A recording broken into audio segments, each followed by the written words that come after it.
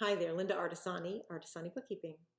So I wanted to do a short tutorial on Hubdoc. There's some new features, and yes, I love Hubdoc, and they love me. They sent me a couple t-shirts, so thank you, Adam, my rep at Hubdoc. But I wanted to do a little video on some of the new features in Hubdoc because there's a couple of new things, and I have to say that I work with a lot of apps, and as you know, if you've read my How Do I Love the Hubdoc blog, which I'll put a post to, a link to, and that gets into more depth of how I work in the program. If you read that, you'll understand that I really do adore this. This is one of my favorite apps. I use it a lot of customers. And I have to say that for the price, you get a good deal with all of the things that it can do. And if you're not using all the features, you really should. Also, the app is really versatile. So it does things really simply, and it's a well thought out app. And one of the things I do love about it, it's a good corporation. I was a little freaked out, not gonna lie, when I saw that it was acquired by Xero, which is a competitor of Intuit QuickBooks. But I've been assured that they're not gonna lose the market that they've developed with QuickBooks, which is great. But one of the things that kind of a pet peeve of mine, and if you've ever used an app for a while and it just kind of sits out there, like somebody created it and they just leave it and they don't keep developing it. And if the app just sits out there dormant, it becomes a dormant app, and then you just don't even want it because something else will come in and take it over. Hubdoc is definitely not that kind of an app. They're always doing things to improve their app, kind of like Intuit with QuickBooks is doing with their program. So I'll take you to my screen. This is my son-in-law's company, so I can show it here. I got permission. And here's an invoice from a vendor that the vendor emails directly into Hubdoc. So I can see that it was uploaded by billing at the paint shops. So this is an account that I've already pre-done, and I have it as an auto published, and my bookkeeper actually looked it over to make sure it's accurate. So I always double check it. Machine stuff and artificial intelligence is not perfect, and I want to make sure that it comes in properly. So we always check it, and then once it's been checked and verified in QuickBooks, I just hit the paid button, so I put the little banner on it so I can follow it. I love that this tells me the time and the date. So if one of my workers in this company says, I uploaded that receipt, and then I find out it was uploaded 3 months ago, I can now look and see when it was uploaded. You can see it right here at the bottom, the date and the time it was sent over. So I love that new feature. Another thing in this program is you can add a tag. So tags are great. I use them in Asana, and I use them in several web-based programs, and it's a great way to kind of code things if you want to do like an extra code, because now I can search by a tag. So that's another great feature. Another feature here, and this was uploaded by my son-in-law, and it was really for a different company, but he doesn't know how to switch and toggle between the companies. So the bookkeeper, she's new to me, and she just wrote, I don't see this client. So she wanted me to know that she didn't see this because it doesn't belong in this company, it belongs in a different one, and I've already downloaded it. It's so simple to download. You just come over here, download, and it drops in, and then I just open it up the other company and I upload it to that. So it's really just put it in there. If you're adding a receipt, you just drag and drop. So if I went into the other side and I wanted to add this in, I would just drag it up here and plop it in there, and then it would get put into that spot.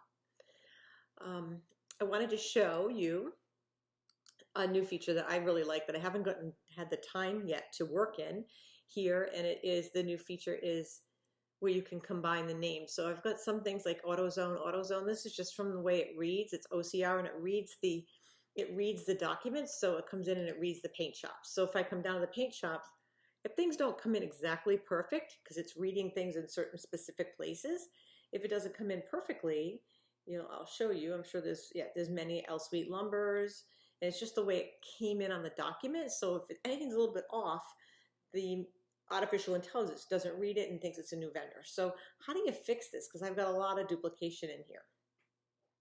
So you would think you'd come over here, and one of the things you can do over here is there's a little arrow, and you can rename and add a new folder and download all files, which I do.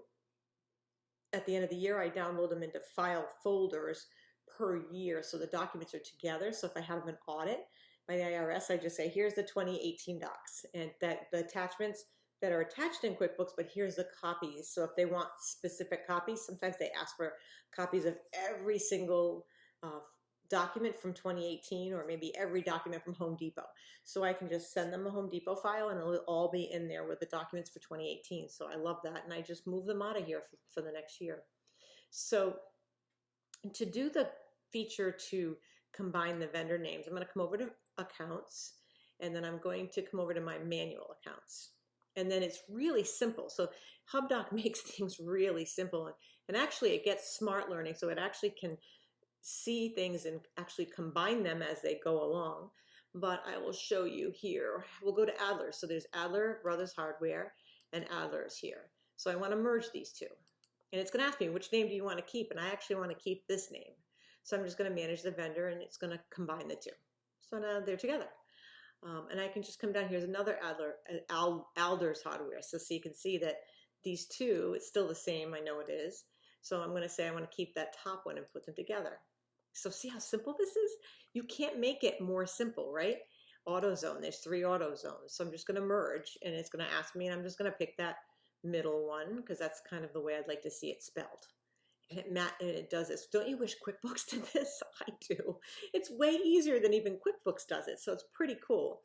Like I said, this is just a fabulous app. It's one that's, you know, I might not want to combine these. I think one is Beacon and one could be Beacon Insurance. So I know there's more. I'd have to really look in the file.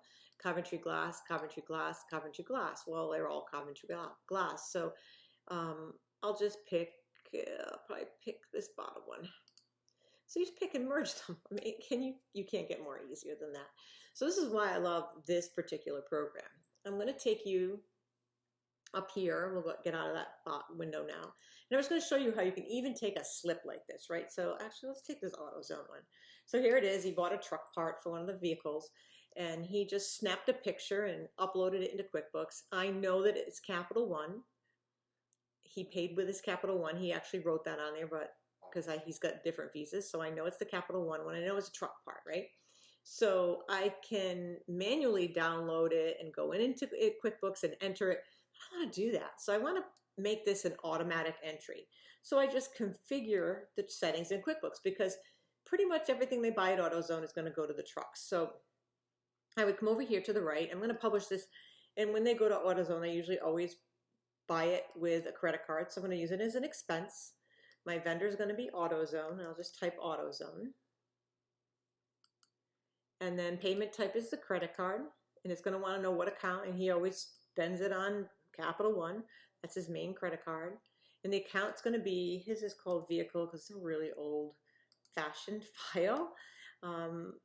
We don't use classes, but in the past we used to, so you could put vehicles for the class, and there's no customer here, but if there were a customer, I mean, you can put, you know, shop in or whatever you want to put in there for a customer if you want to have customers on everything. And then you just hit publish, and it's going to get sent over. If I click publish, it's going to get sent over to QuickBooks where it was checked. Yeah, you can see it's got her name here that she was in here and she checked it. So the next thing I'm going to do here is I'm going to come over to AutoZone and I'm going to find the expense, and here it is. And you can see the little one underneath the attachment. That's where it's attached. And then you can come over here and I'm going to pull the receipt up, and there's the receipt. So it's attached to my transaction. So that's how easy it is to use Hubdoc. So it's pretty simple and effective way to work in QuickBooks without having to do all the manual entry. So I hope that's helpful, giving you a little taste of the new features in Hubdoc and how you can merge folders and how you can see where the transactions were imported. And you can see who actually did the transaction if it was manually pushed over. Hope that was easy and fun to see how much fun it is to work in Hubdoc. And I look forward to seeing you in the next video. Thanks. Bye now.